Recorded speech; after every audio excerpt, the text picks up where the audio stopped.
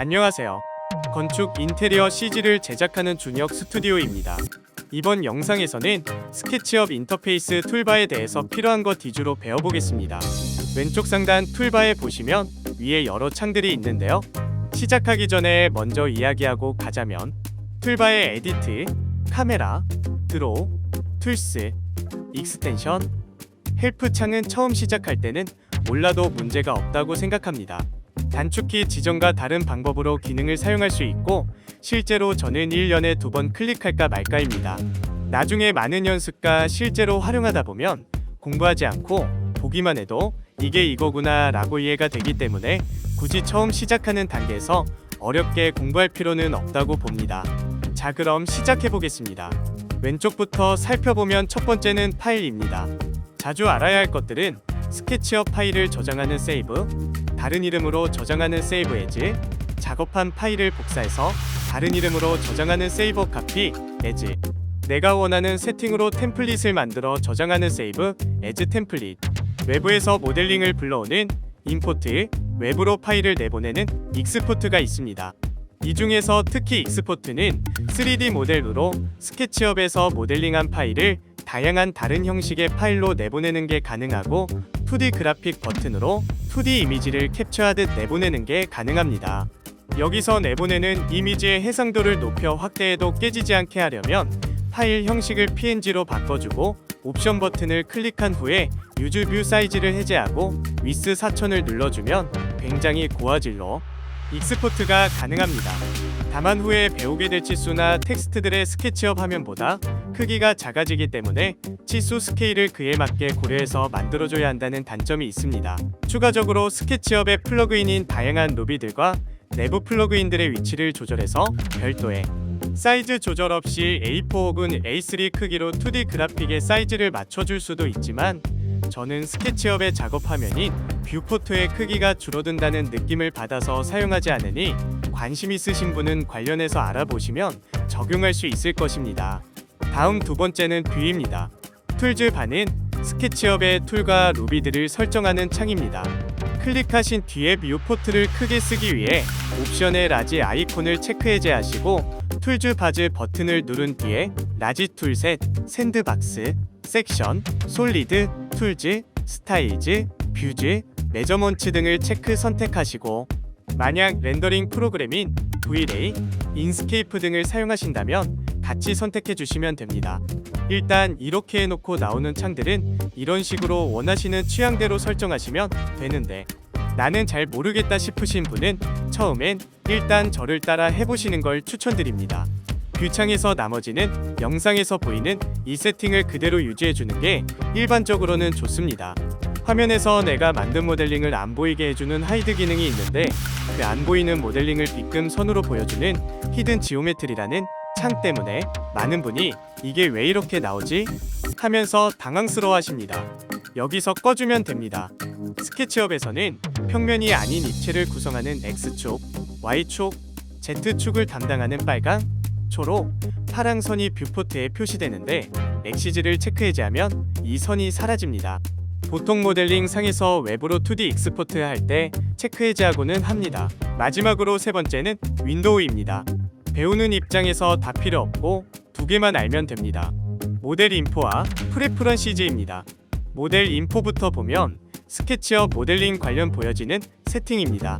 애니메이션 관련 설정인 애니메이션은 저처럼 1과 1로 설정해주면 되는데 대충 위에 거는 장면과 장면 사이의 전환 시간, 밑에 거는 장면을 보여주는 시간입니다. 최상단 체크박스를 해제시키면 장면 전환이 움직임 이동 없이 즉시 됩니다. 나머지 밑에 세 가지는 몰라도 문제없고 다이멘션즈가 중요합니다. 바로 치수 스타일이라는 치수를 어떤 방법으로 어떤 식으로 표시할 것이냐 라는 건데 하나하나 눌러보시면 여기서 치수 크기, 색상, 치수 엔드 포인트의 표현 방식, 치수가 화면에 보여지는 방식을 수정할 수 있는데 취향대로 하시면 됩니다. 다만 기능적으로 알아야 할 건 기존에 이미 만들어 놓은 치수들을 새로 만들어 놓은 치수 스타일로 변경하고자 할 때 여기에 Select All Dimensions 버튼을 누르면 모델링 화면에 넣어준 치수가 모두 선택되고 업데이트 셀렉티드 다이멘션즈를 누르면 기존 치수 스타일 설정에서 내가 새로 만든 설정으로 변경됩니다. 단, 그룹 안에 있는 녀석들은 선택이 안 되기 때문에 따로 그룹 안으로 들어가서 다시 해줘야 합니다.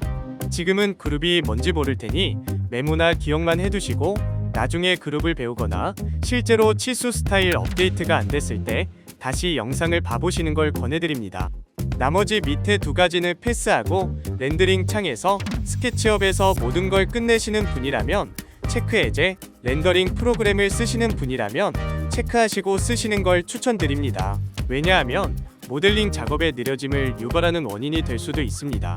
나머지는 이제 굳이 공부할 필요는 없고 다음으로 프레퍼런시즈를 배워보겠습니다.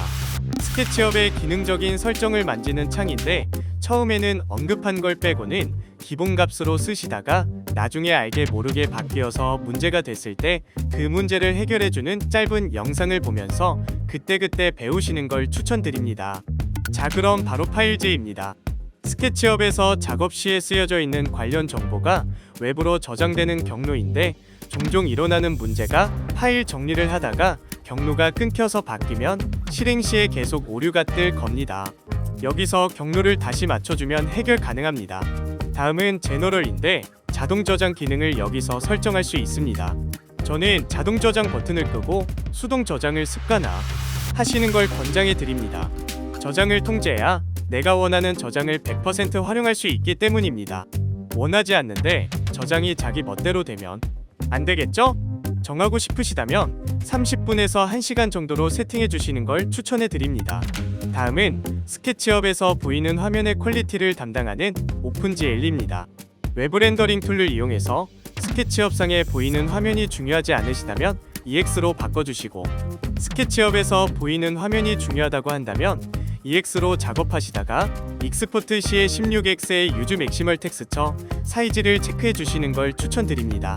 이렇게 하는 이유는 모델링 시에 렉을 유발할 수 있기 때문입니다. 다음은 단축키를 설정하는 숏커트입니다. 원하는 기능을 필터에 검색 후 Add 숏컷에 입력 후 플러스를 누른 뒤에 OK 버튼으로 저장을 누르시면 됩니다. 여기에 보면 단축키를 기본값으로 초기화하는 리셋 올, 단축키 프리셋을 받아오는 임포트, 단축키 프리셋을 내보내는 익스포트가 있습니다. 저는 여러분들께 단축키 프리셋을 공유할 예정인데 일단 받으시고 원하시는 기능을 따로 수정해서 바꿔보시는 걸 추천드립니다.